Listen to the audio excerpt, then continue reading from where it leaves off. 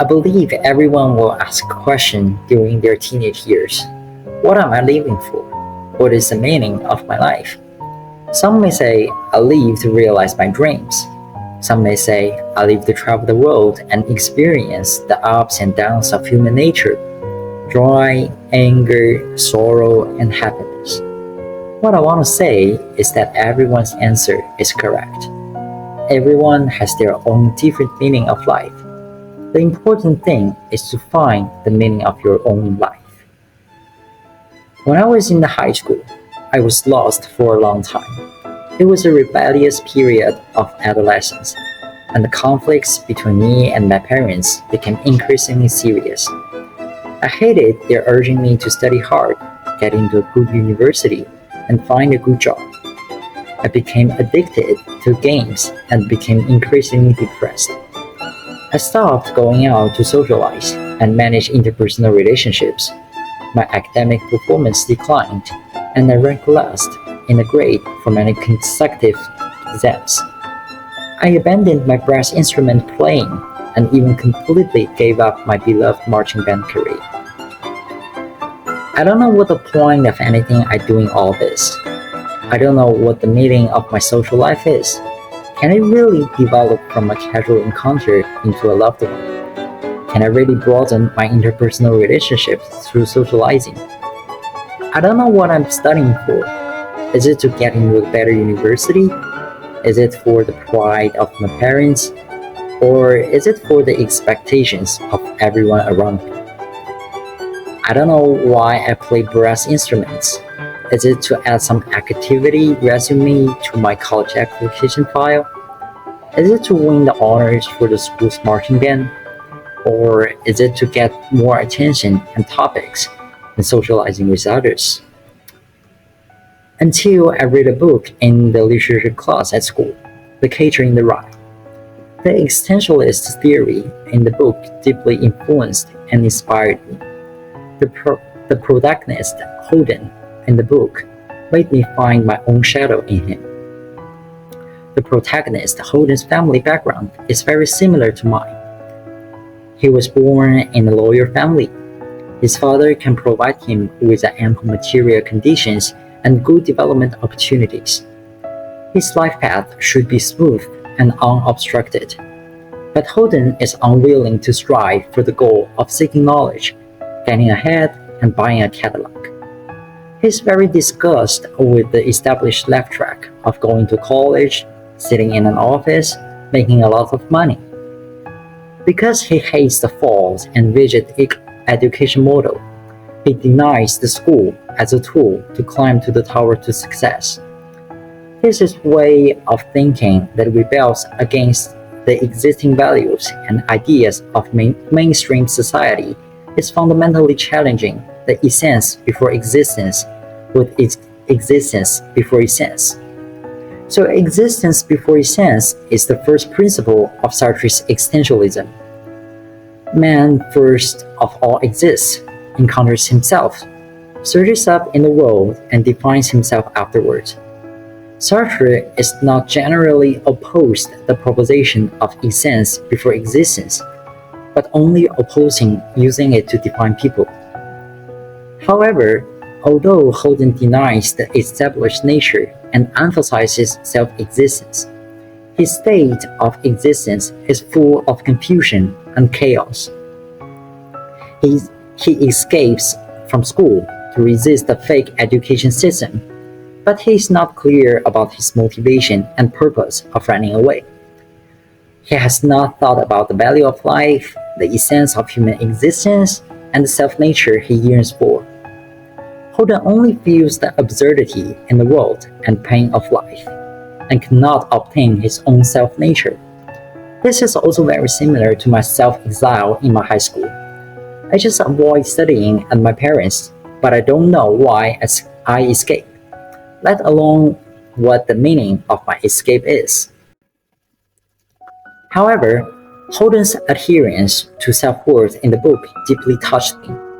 He longs to be the true self and living according to his own will, which is also reflected in his view of love. Jean is Holden's first love girlfriend. The purity and sincerity make Holden unforgettable. Although Sally, who's Holden's second girlfriend, looks glamorous, her vanity and vulgarity make Holden disappointed and tired. Holden hopes to find an ideal love object, a person who is in tune with his soul, and live with her in a cabin in the woods without any interference from the outside world. Material enjoyment and carnal temptation cannot make Holden fall in love. The tranquility of soul and sincere coexistence are what Holden really pursues.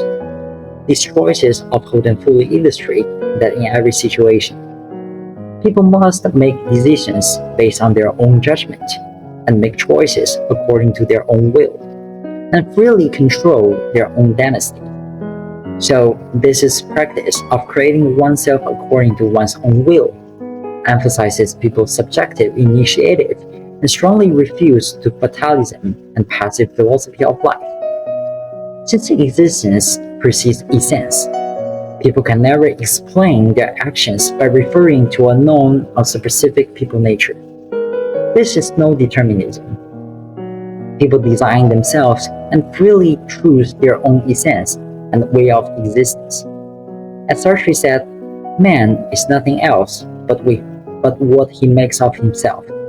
He is only completely realized in his action. Therefore, he is nothing more than the sum of his actions, nothing more than his life. It can also be said that heroes and cowards are not born to be, but are formed through people's active choices. Cowards turn themselves into cowards, and heroes turn themselves into heroes. Becoming the catcher in the rye becomes the ideal of Holden's free choice, whereby the attains of essence of the self, the being for itself should possess, and through free choice, he endows the being in itself with essence and meaning, with unparalleled courage. Holden transcends his narrow personal suffering and defense with a strong sense of mission, the precious innocence at the edge of the cliff. As the catcher in the rye, he protects children from threats of the vile society, forever guarding that untainted beauty. Thus, Holden attains his essence of the self, establishing his own value system and existential significance. Meanwhile, as a being for itself, through his free choice, Holden confers the essence of meaning upon the being in itself, without the emergence of acting on his own, and being in itself is merely an undifferentiated whole that is meaningless and valueless, not containing any distinction in itself. Only when the in itself and for itself relate, experience for the for itself and marked with the for itself imprint, does it become the world that is meaningful and real. Holden's choice and experiences in the book have been greatly enlightening to me.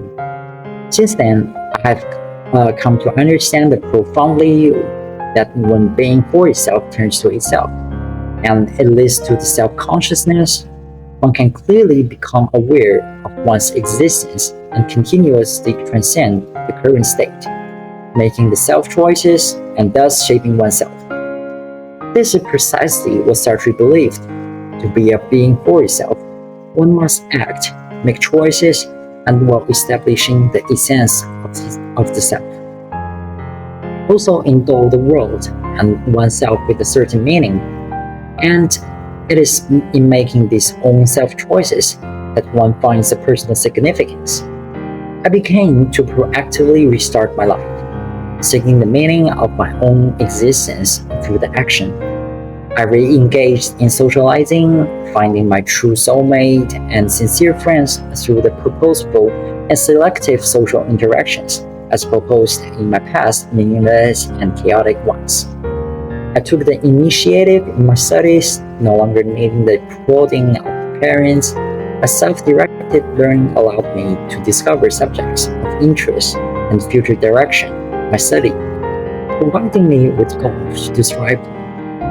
I continued with my brass instrument playing, not just idealing any time in the marching band anymore. My active practice once again brought me the joy of playing music and reconnected me with the original passion of playing the Sprouted from the Tom and Jerry cartoons. So, what is the meaning of life? It itself has no meaning of existence, but people need to recognize it and pursue its meaning. The meaning of existence of everyone's life is different. Some people want to change the world and work hard to do so. This is the meaning of their lives. Some people want to have a wife and children and live a plain life, and this is the meaning of their lives. So some people want to light up others, become a volunteer to serve people, and this is meaning of their life. And some people want to defend their homeland, defend their family and motherland, and become a soldier to the station the border, and this is meaning of their life. There's no higher or lower meaning in life, as long as you believe that this path is correct and valuable, and make your own efforts for it, and that's the meaning of your life. Finally, I would like to end my speech with the sentence for Sartre. Man first all exists, encounters himself, surges up in the world, and defines himself afterwards, and this is the meaning of life.